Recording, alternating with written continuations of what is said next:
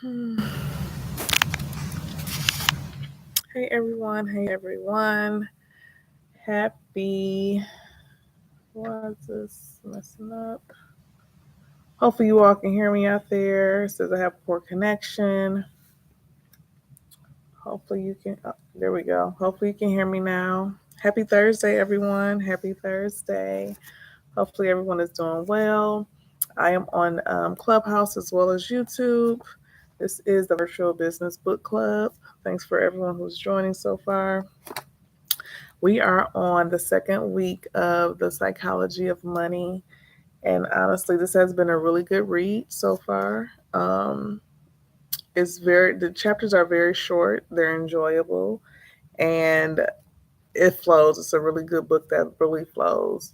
All the points are related, and then you can go back and refer to the other chapters to just kind of have things really make sense. So, um,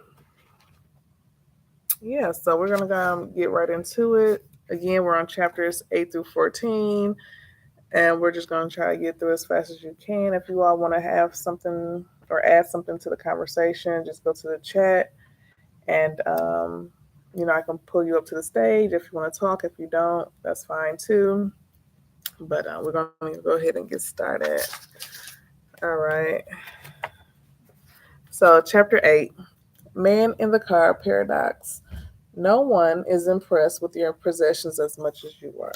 And this is probably the shortest chapter in the book. This is about 3 pages, I believe it was. All right. So basically, the author, he used to be a valet.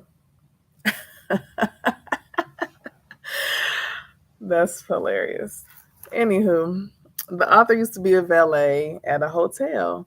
So he was just talking about how, people would pull up in certain cars and think like, dang, that would be cool if I had that. It's not really about the actual person who's driving or what they've accomplished. He was thinking more along the lines of, hey, if I got that car, what could this do for my personality?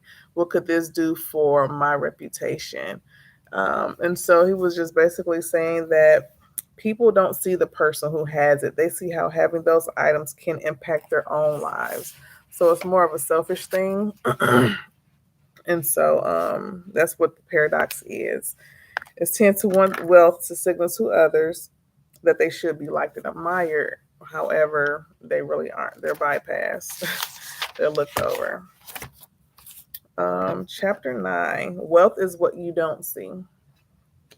Um, so basically, what does wealth mean? What does wealth mean? What does rich mean? Um, and since there's nobody really, sharing tonight. So basically, rich is your current income. Wealth is hidden. It is income not yet spent. And so, in order to obtain wealth, you have to use restraint. So, when I thought of that, I thought about getting our income taxes every year. Most people spend it before they even get the money in their hands or into their bank accounts because most of the time we are in debt. We're trying to pay off some bills.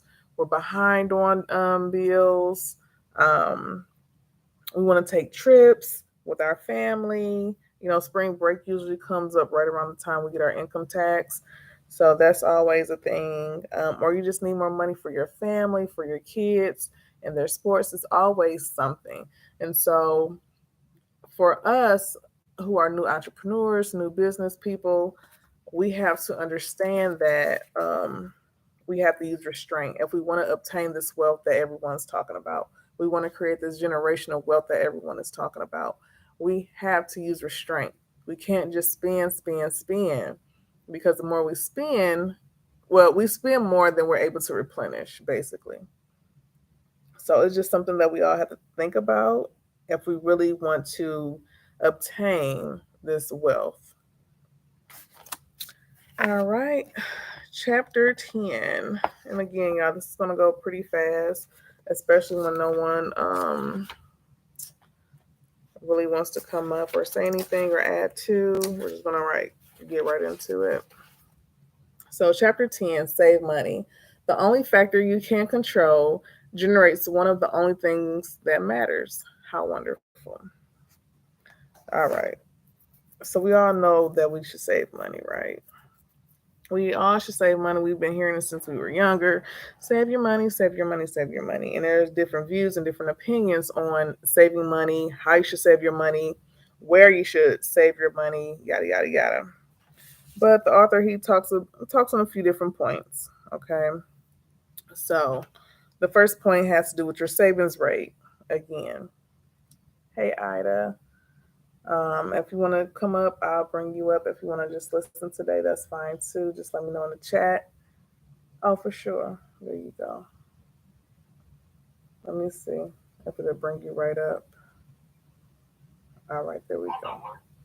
Hey, honey. Hey, Ashley. Hey, good evening. Good evening. All right, so I kind of flew past the first two chapters because they were really short. So I'm on chapter 10 now, Save Money. So again, if you ever want to just hop on in, just stop me because I'm gonna just be going until you say something. So yeah, just let me know. Okay. All right. So save money. It has to do with your savings rate. So again, we have different opinions on where you should store your money. A lot of people say don't use bank accounts, and that's cool too. Again, you do your own research when it comes to that. I'm not here to give out any advice of any kind. I'm not going to do that. um, all right. What else to say? Another point. Oh, my bad. Another point that he talked about was your need, like living within your needs or your means. And it doesn't mean you can't enjoy yourself, but it's about prioritizing and your personal goals. So your lifestyle may not look like mine's, and vice versa. But when it comes down to it, we should still try to live within our means. And that doesn't mean you live without entertainment or you live without going out to eat, but it has to be reasonable. It has to make sense. um, yeah, and it's another one towards the end, basically. And I'll just go ahead and say it now. But when you try to keep up with the Joneses, like we hear all the time, but I don't think a lot of us really take heed to it. Let me say that. Not a lot of us really listen to that advice unless we have to, right? And I never really understood it because I don't really care what people think about me. So maybe that has something to do with it. But I definitely try to live within my means. And sometimes, I probably live even lower than my means. I don't know, but it helps to save money. um, what else did he talk about? Oh, so basically, with keeping up with the Joneses, is basically you're trying to, put on the front for people who don't care and who don't matter. And then he was also saying save just to save. Usually, when we say we have goals in mind, like house, retirement, a car, or a trip, and he's like, just save because you never know what life is going to throw at you. And we're all adults here, and we've known that. And probably even before we became adults, life will throw you curveballs. And so when you save, it's going to help you out in those instances. All right. And then again, when you do save and you do start accumulating some form of wealth, it will give you flexibility, which then gives you control over your time. All right. So, chapter 11 was reasonable and rational. So, basically, certain situations cause you to be rational while others cause you to be reasonable. I ain't gonna lie. When I read it, I really didn't get a whole lot from it. I think too, with how my brain works, when authors start talking about things off of the subject to kind of bring things in, I can't really deal. Like I can't really focus on that. So when you all read the book, the homework, I guess you would say.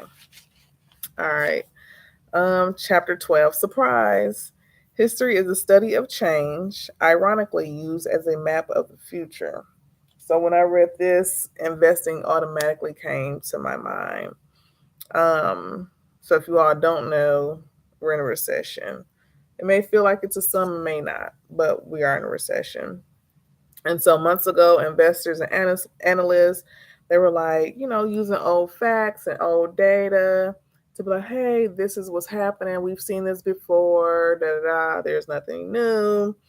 However, the author says it's not a hard science as far as investing or money because we can't really predict the economy.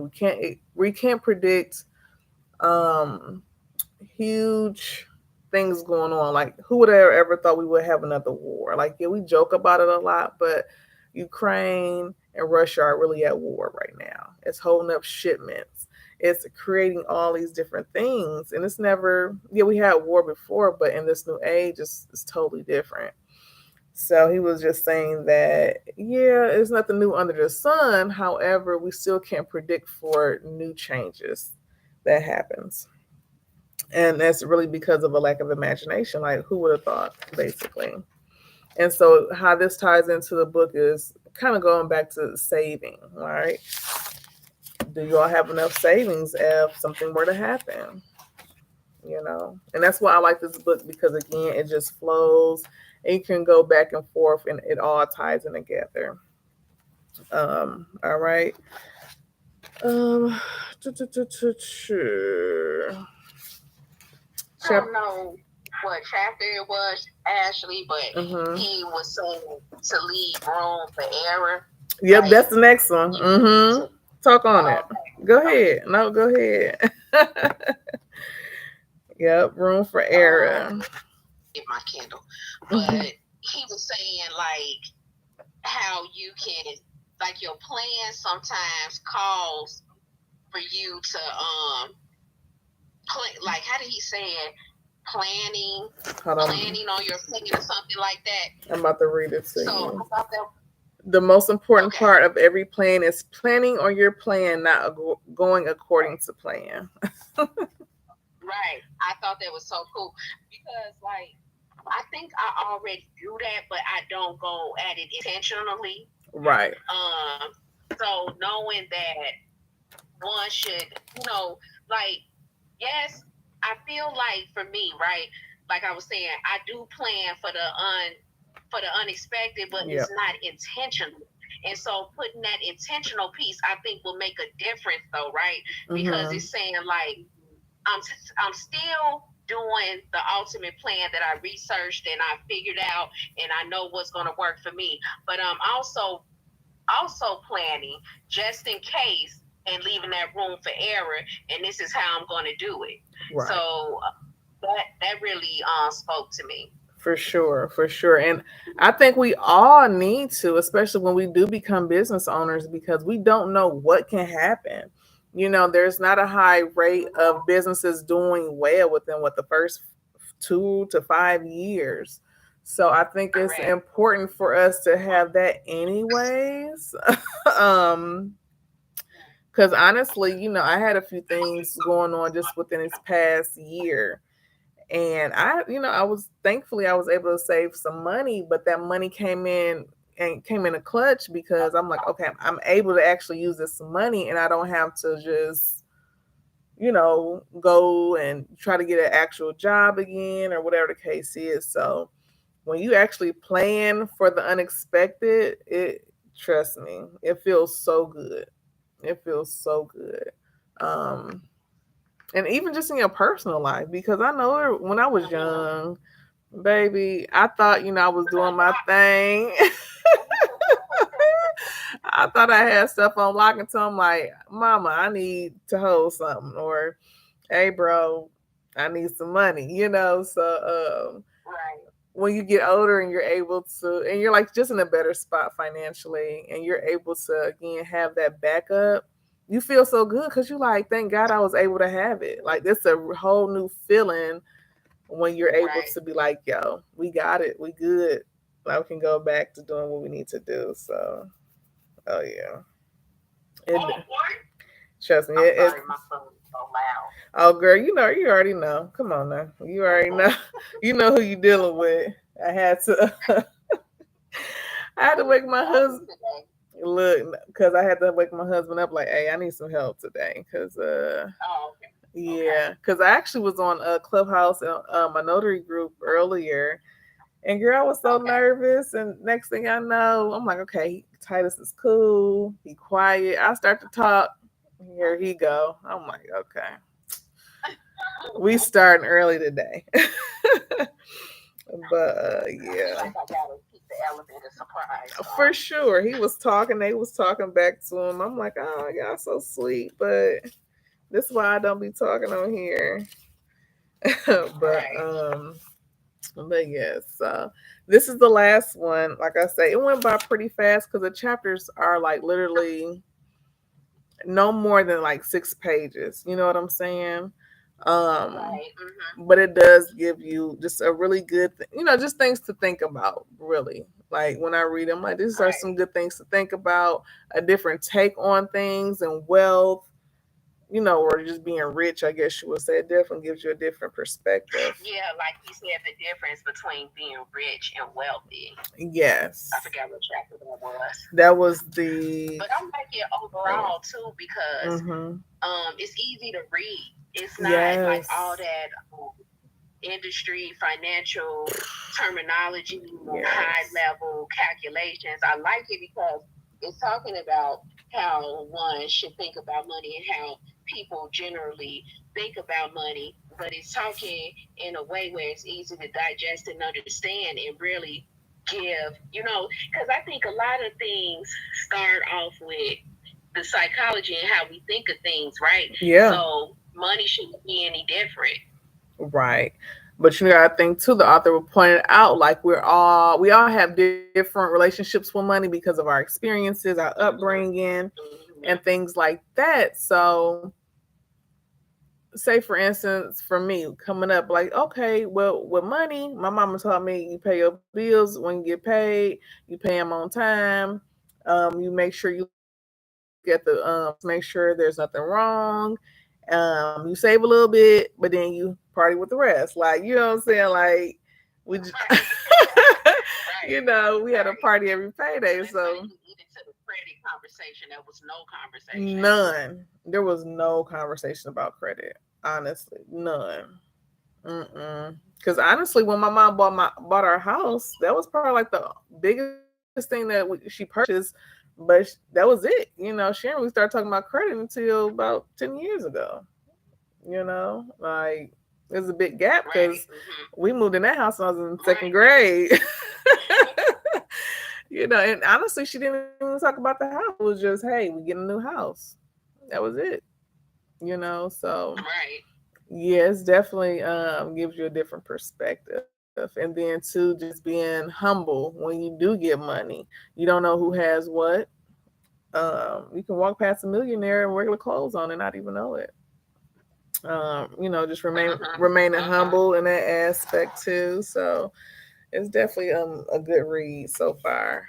I can't lie. That's definitely a good read. So this last one, chapter 14, you'll change. Long-term planning is harder than it seems because people's goals and desires change over time. And that ain't nothing but the truth right there. Because again, he talked about what did you want to be when you were a kid? How much has that changed, to where you are now, and sometimes it's just life, life gets in the way and you have to do certain things and you have to adjust, you have to pivot, adapt. Because for me, I want to be an English teacher for middle school, high school. However, one, I didn't pass my test. It was a math test I had to take. The last time I took it, I missed about 5 points and I was pissed because this is my 5th time taking the test. Okay. My 5th time taking this test and I did not pass. But at the same time, I was pregnant with my son. So I was like, you know what? And you were so close to. Oh my God. Like, I was in school forever. Like, I was so ready. Right. So close. But I'm like, you know what? Maybe it's just time for me to teach my son. Like I'll be a teacher to him.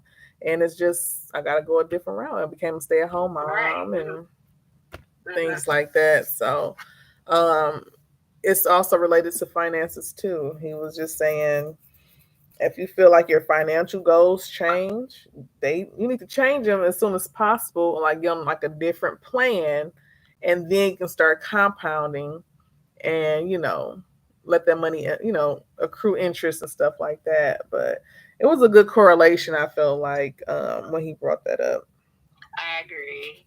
definitely good because again when he talked about Warren Buffett, like what like I had my the other chapters I did it yesterday, but I didn't do it on Clubhouse. And so basically just talking about Warren Buffett and how he's been investing since he was 10 years old. This man is very well in his senior years. You know what I'm saying? That's why he's a billionaire because he continued Right. to invest. He didn't retire. He didn't take off. He continued to invest. He continued to compound all those interests. And shoot, I'm trying to, what I'm saying, get up there. And we'll see. But Yeah. yeah, but how has your have any of your financial plans changed since you were like, young 20s to now or anything like that? You don't have to be specific or anything, but like just have they changed or Yeah. I definitely can say one big change was actually, again, that word intentional, being intentional about planning, being intentional about educating myself to understand how stocks work, what is a mutual fund, mm-hmm. what is regular side, what's a publicly traded stock, just learning those different things. So I would say that's the biggest change, like actually learning and understanding, like saving is not like saving can get static because like putting in money in the save, it has to be diversified. That's the word I was looking for. Diversified.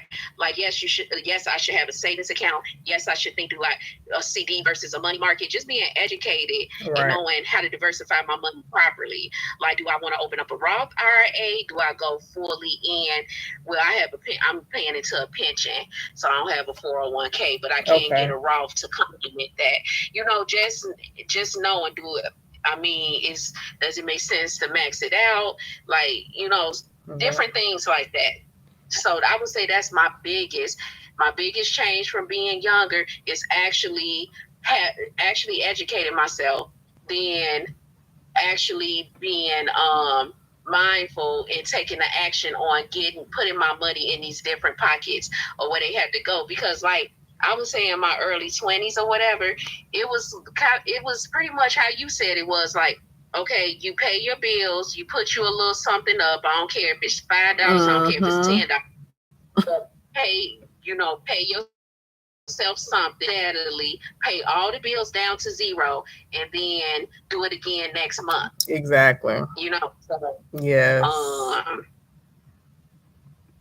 Yeah.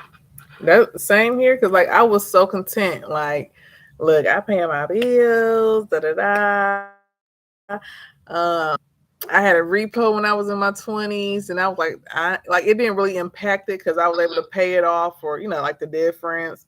I paid that off. My credit score was still like fair or good or whatever.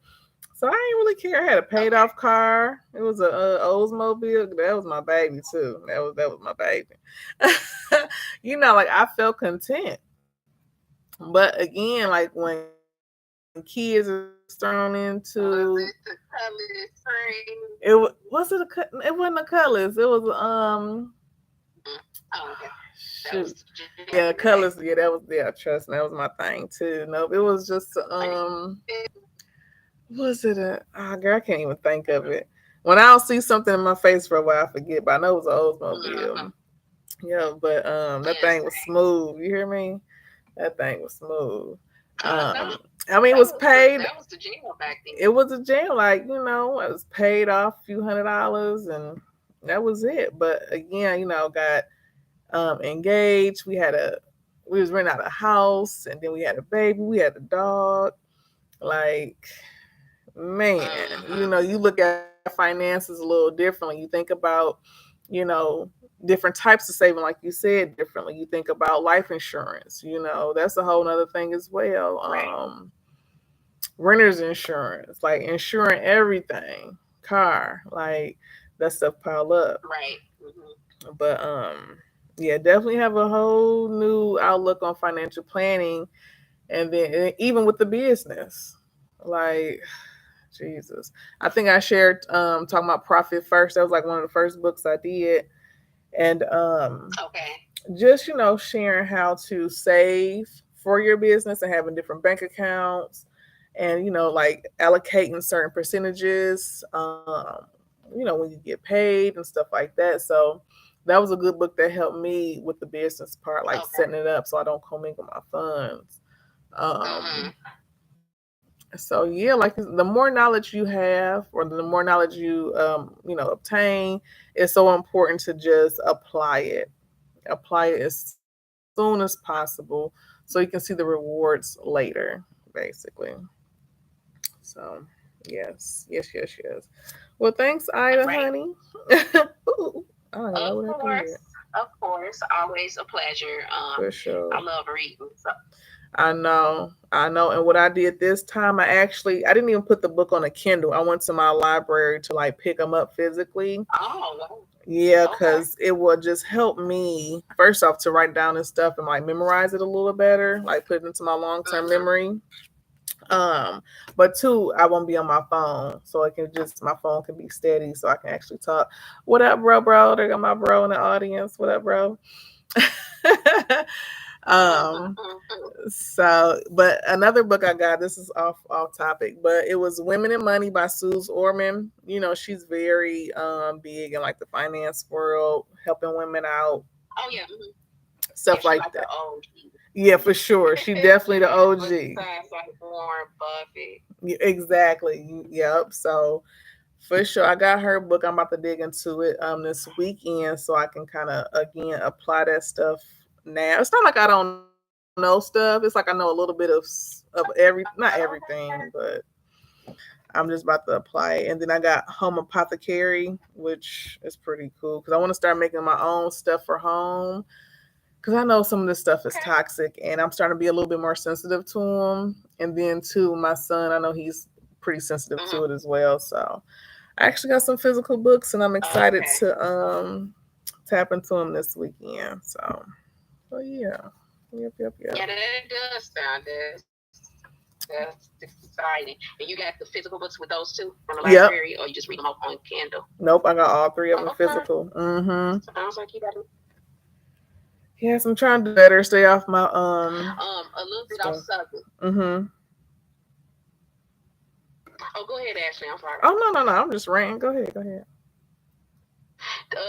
Slightly off topic. How is business been with your notary? Notary is honestly, this month was pretty good. It's something. It's Okay, crazy good. though. It's like some months I do good in the beginning, and then it'd be like quiet towards the end, and then it'd be like vice versa the next month. So it really just depends. Oh, And then too with that, you're gonna get paid once or twice out the month. So I definitely have to correct.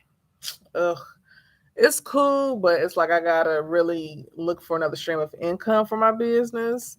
Um, Now I did become a wedding officiant. However, I had to really think about my personality and if I really like want to be in the midst of stuff like that.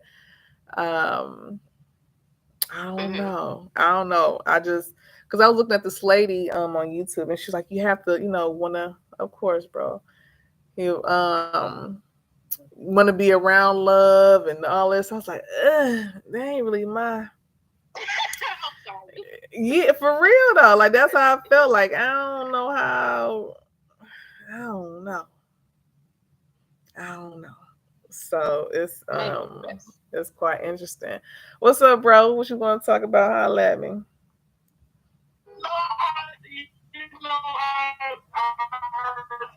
I talking about. Hold on. You must be driving because your signal in and out. Oh gosh, that's terrible. Okay, no, that's good right there. That's good. I was saying, okay. I heard you talking about the business part about money.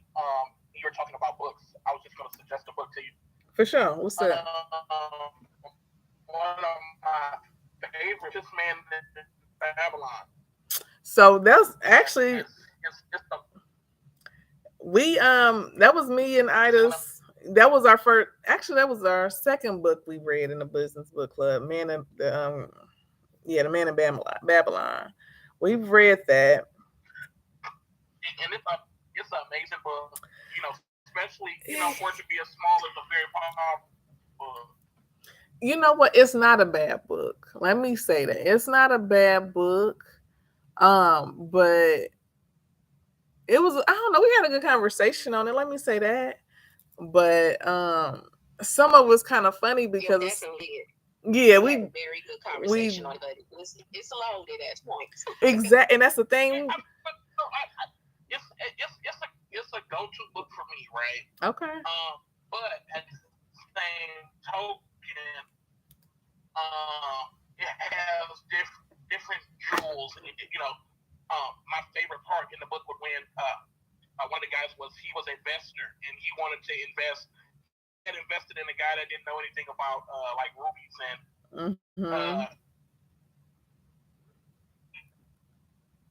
Hold on. He ended up losing just a good deal. Right. And that just comes from this business period. And then you had later on after he lost the money, he invested in with the sword maker. He had the experience. Right. He had been forward for years. It was a slower return, but it was a good return. Exactly.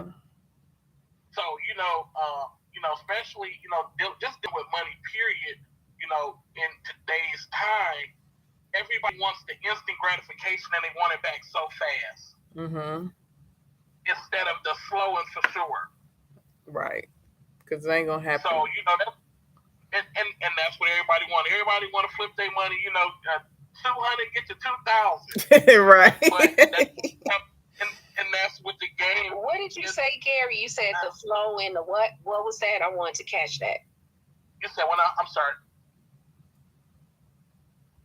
You said something. The flow and the blank. Oh, flow and for sure. For sure. Okay, got it. Okay. Yeah, that caught me. Oh yeah. I mean, because everybody wants it fast. You make $100, they're like, I want to make 10,000 in an hour. That's not how money works. For sure. And that's the problem with most people because they don't know how money works. And if you learn what money does, money is just a tool. Yeah. It's just leverage. That's all it really is. The more money you have, the more leverage you have in certain situations. Exactly. So it's just it's just a learning curve when you learn it later on. Right. And like I say, that's why I like this book, The Psychology of Money, because like everything ties into each other. Like it really flows, and it's really like a different people's mindset when it comes to money. Like people who come from money, people who don't come from money. And honestly, it just comes down to your knowledge, like you said, your knowledge of money and how you apply it. Really. And I think too, like in the earlier chapters, he talked about luck. Like we don't even know that luck plays a huge part in certain people's successes. It's not even about the knowledge that they know. Luck plays a lot in people's that and persistence. They run hand in hand because I was at an interview with Warren Buffett, and Warren Buffett was saying how he got a lot of his money when he made an early investment, and he had bought some stocks. And what happened was the stockbroker tried to jip him out of 1/8 of a penny. And this is a true story. They tried to jip him out of 1/8 of a penny, so he went and looked at the stock. And what he did was he ended up buying 400 more shares of the stock, not knowing that the stock was going to take off like it did. It was just the fact that the guy tried to rip him off for 1/8 of a penny. Man. And when I saw that, I laughed because I'm like, the average person leave a penny, 10 cents, a nickel on the ground, and you're talking about 1/8 of a penny. Eighth.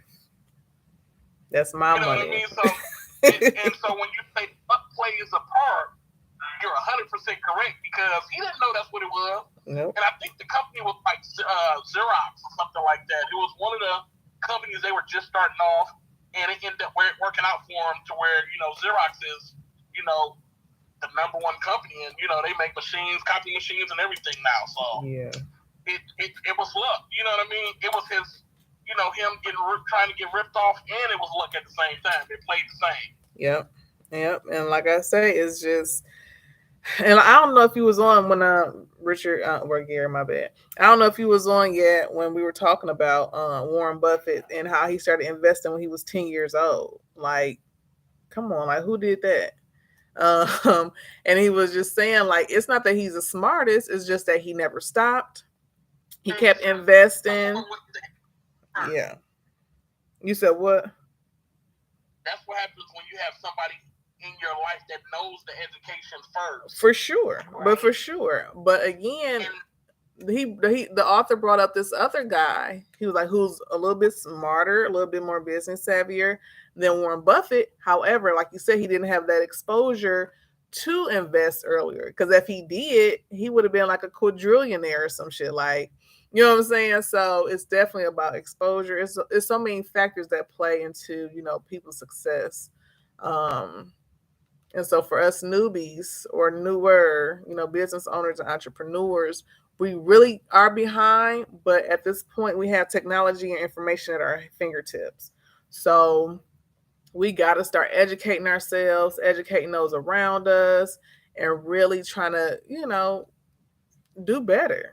Do better than our parents did, and really try to take a few steps further so we can get ahead and, leave some for our families and all that good stuff. So right. So Gary, did you read this book, The Psychology of Money? Not yet. Okay. Actually, so I am going to look into it as well. You better. Okay. No, for real though, bro. And then too, I'll tell you a couple of apps that you can download them on so that you can read it on your phone whenever you have some downtime. I know you don't have a lot of downtime, but you can even get like an audio book or something. So yes, he will be reading it soon, Ida, I promise you. Okay. Mm-hmm. Yes. Well, thank y'all for the conversation tonight. I was a little geeked up. Of course. It's always a pleasure. Thank you. So, how many is it any more chapters left? It is. The last was this 15 to 22, I think. And okay. Yeah, I think it's 22. So I'm gonna try to just knock them out. Just finish it up. Yep. Just knock it out. Okay. Because again, like I said, the chapters aren't very long. So yeah, they're not. I feel like we can finish this for the month of July, and then August we can start off with a new book. That's my birthday, Mom. When's your birthday? August what? Let me write it down. The 18th. 18th. Okay. I don't know what sign that is, but for sure. Leo. Oh, you a Leo? That's what's yes. up. I know a Leo. She crazy, but she cool. Yeah, we often hear that. We hear that, and we extra. Yeah, you know what? It's so funny because I thought about this the other day. She worked with me, and so I had took a vacation, and I came back, and she was just like, "Hey." I was like, "Hey, girl." And she would say all the time, like, "You was so mean to me." I said, "Girl, no, I was not." I said, "You was." Nobody called you mean. I can't even imagine. Okay, you can ask my brother. I mean, I don't think I'm mean. I'm polite and stuff like that, but I'm just not like friendly off the bat.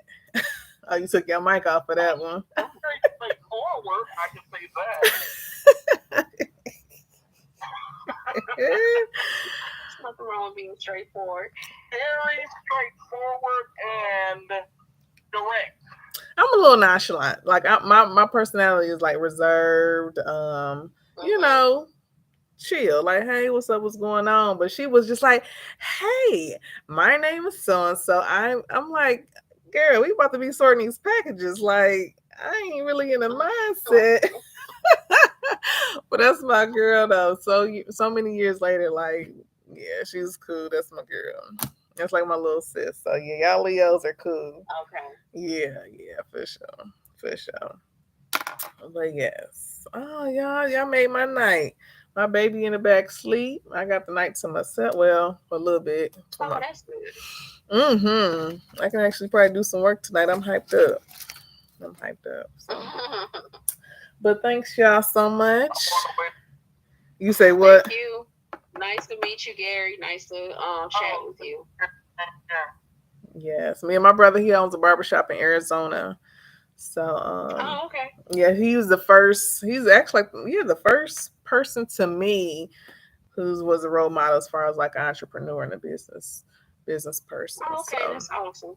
Yep, he was like that because we had older cousins who did stuff, but like we didn't really know what they did until like now, kind of thing. So he was like the first one, like within our immediate family, to like step out and do his own thing. So that is awesome. For sure. I appreciate it. You almost just made me drop a tear. For sure, you already know. Well, guys. Well, thank y'all so much. This is a good one, as always. Thank you. Okay, again, we'll hear from you next week. I already know. All right, bro. Have a good night, guys. Love ya. Good night. All right, bye-bye.